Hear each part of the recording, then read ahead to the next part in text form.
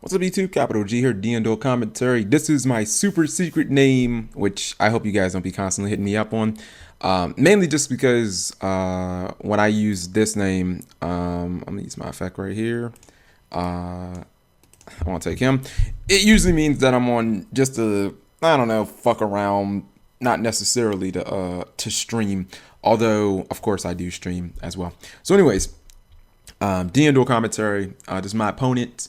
This is me. I really just wanted to get some matches up with Kaiju Graydle because I'm kind of feeling this deck. It's a lot of fun.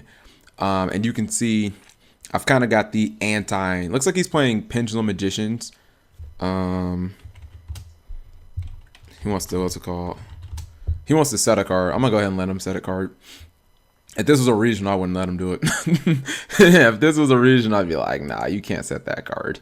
But it's not. So anyways, so there are some new Kaiju cards that have been announced, and I think I want to load this video up. I want to put this video up like coincide with that, because like two of the new Kaiju cards are really good, but one of the monsters, the Moth one, isn't so good. And in my opinion, Konami still hasn't really resolved the issues that that Kaijus have. The biggest one is taking your opponent's monster, like taking your opponent's monsters back. For my money, you see how I have to run anti-spell fragrance and lose one turn and solemn warning. Like I've got to run all of these anti, like, get wrecked cards, all these anti-pendulum, my opponent spam the board cards, because as cool as these big guys are, outside of the freaking Sea Dragon one, who I'm not even sure which one that's supposed. I think this is Godzilla. So I think that one's Rodan. But anyways, outside of that, they don't really have any cards that stop your opponent from doing things. They've got, well, one of the new ones is Illuminescent Knight, which is kind of cool. But Kaiju Capture Mission, all that does is stop a what's it called? Okay, I'm gonna let him do this. Because you can go for Cyframe Omega. Like, I give a fuck less about that card. You know what I mean? Like, it's not gonna stop me from beating you down. But anyways, like, what they really need is just a way to get their own monsters back. But anyways, I was thinking about playing this deck at regionals, and I'm just showing you guys. This is actually my third match in a row versus, I think he's playing Pepe Magicians. This is my third match in a row against, I guess, a pendulum based deck, and I'm 2-0 so far.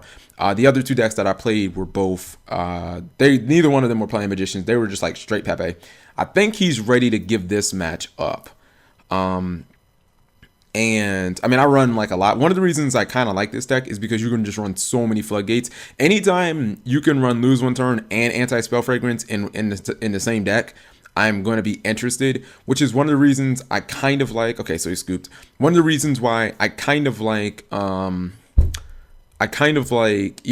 My problem is Yosenju are like at a huge deficit when they go first. All right, so Denko is kind of an issue for this deck. So usually what I like to do is just flip the floodgates over immediately when my opponent has like Denko Sekka. Some of the cards that I think you can side out pretty easily are, you see, I can side out the Stormy Mirror Forces. I can side out the Debris Dragon and a Graydle, what's it called? A Graydle Parasite. And I think I can side out these pretty easily too. I side those in because I'm never quite, I try and have some outs to like Denko and outs to like Royal Decree. I like bringing in Maxi because there's a chance that usually I would think my opponent will want me to go first, because like whatever you summon or whatever you make, I can just kaiju everything, you know what I mean? So all right, I've got kind of an awkward hand, to be honest. I think as weird as this is, I think I want to, what's it called, activate Waterfront. I think I want to set this and then just use lose one turn and just flip it. I mean, if the thing is, if your opponent has MST, you're fucked anyway. So like, never be like, oh, well, they could MST it. Like, if they have MST, like, you're fucked anyway. So, you know what I mean? Like, I flip it over because I don't want to get Denko'd. Now, I'm trying to get the 3 counters, obviously, so that I can summon this. This is really like one of the win conditions. Getting this card with a whole bunch of counters on it, just like let it sit there and just basically chill. All right, we got 3 counters. Brilliant Fusion. Okay, good thing I had that Max C. So let's see if he goes YOLO. And that's why I decided to set terraforming. I decided to set terraforming rather than actually go ahead and activate it and get the extra counter, because the extra counter really wasn't gonna the extra counter really wasn't gonna save me or anything like that. You know, the Max C, hopefully, like, he might try and just game me, or he might be too scared. I mean, there's still a back row there. I mean, that back row could easily be lose 1 turn or like another floodgate card. So he doesn't know what it is. It could be torrential. I think I don't know if I took my torrential out or not. Yeah, I may have actually taken torrential out of the deck completely. All right, so he's got Wisdom Eye. Oh, I need to draw a card. Or it could be what's it called? Now if he pitches to blow this card up, then well, I guess he gets 2 normal summons. So yeah, he can still do a lot of damage. He can still do a ton of damage. He can't pop this, but I guess he can. He gets a free card with Wisdom Eye to pendulum back. In essence. Okay, that's cool. Yeah, I really don't care about that. I really don't care about that. So let's see if he can game me. Now he gave me 1,000 light. Like, if he can game me, then he deserves it, because again, he gave me what's it called? He gave me 1,000 life points for free. So he's got 1 card that he can. He's got 1 card that he can pend. Plus he gets his. He has 1 card he can pend. He's got 2 summons, 2 normal summons, and he's getting a search from. He's getting a search from Damage Juggler. So, but next turn I would essentially have some plays, because I got Graydle Kaiju, plus I've got what's it called? The Sea Turtle Kaiju, which is Game Cell. Again, I think this one is I think it's Rodan. It looks like Lagia or Lugia from Pokemon. Lagia is the Yu-Gi-Oh card. So he's searching. I'm really happy that he decided to throw the Mirror Conductor at my back row, because yeah, I wasn't gonna get any mileage out of terraforming. I already had this on field, so, and he obviously wasn't gonna try and destroy Waterfront. I would just remove a counter. But I think what Kaijus really need is they just need a simple way to take their monsters back. I mean, there's already the restriction that like your opponent can't have, like neither player can control more than 1 Kaiju. So it's like there's already that big restriction on what's it called? All right, let's draw. Okay, we got both of them. Now let's see. He'll be able to make. I'm just trying to think about how many searching cards he has.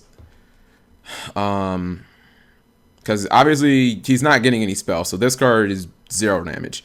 King of the Pharaoh Imps and Trapeze Magician. Those are the 2 big hitters, because they add cards. Well, one lets you double attack, and then 1 lets you add cards to get even more damage. So those are really the only 2 cards that concern me. He doesn't have any tuners, so there will be no synchro plays. Let's see. And he might give me 5 counters. Depends. Yeah, I think I might have to get the 5th counter myself. But unfortunately, I would have to go for this guy right here. I would have to try and like go for this guy, ram into it, maybe nuke his board. Because I don't like if you summon this your opponent, like that was dumb. They should have never built that into the cards. The fact that the Kaijus your opponent can use their effects, like that's so, because it makes it really hard to use this guy. Like if you summon it with lose 1 turn, you're golden. You know what I mean? Because you can summon it with lose 1 turn. Usually activate like Graydle Impact, pop 1 of their cards, and then take it. And then when it comes back to me on my turn, then Sea Turtle is locked and loaded, and I'm ready to use its effect. And usually, if you have like 4 counters, you just win, because getting 2 Solemn Judgments is like more than, especially on a 3,000 monster with lose 1 turn on the field. Like Pepe can't play around that. And especially because their cards are getting banished. So when they activate shit like Plush Fire, or when they activate any of their scales, they get banished. They never come back. There's just no real way to get things back when they're banished. Even with Cyframe Omega, like that doesn't solve the problem. That doesn't solve the problem. So I think he's doing some math and trying to figure out if he can do 9,000 damage, because anything short of 9,000 is like probably not worth it. Unless he's doing like 8,400, like he can get me a one attack. Okay, it just all right. So I think he just felt like he misplayed and he ended up scooping. If he didn't kill me that turn, I was probably gonna win, because you see, like let's just say he would have Exceed summoned and then went into like, I don't know, King of the Pharaoh Imps and attacked the tower. Let's say he did like 6,000 damage, right? But he gave me this draw, and then here was my next draw. Breakthrough skill. Okay, so I already had impact. I probably would have searched for a Graydle. It would have been better if I would have had Alligator, honestly. I would have summoned this. I would have gotten rid of his biggest monster. I would have, assuming I had enough life points, I would have crashed into his biggest monster with Eagle and then taking this back. I would have attacked, played this, and then kind of just sat on my back row, my breakthrough skill, because like he didn't have any more pendulums to pitch. But anyways, thank you guys for watching as always. And I might do more of these me dueling duel commentaries in the future. I just know if I were to do them under my star drawing account, I would get a whole bunch of messages. Plus that account, I don't really play on it except during stream, so I don't really have any rating on it. Thank you guys for watching as always.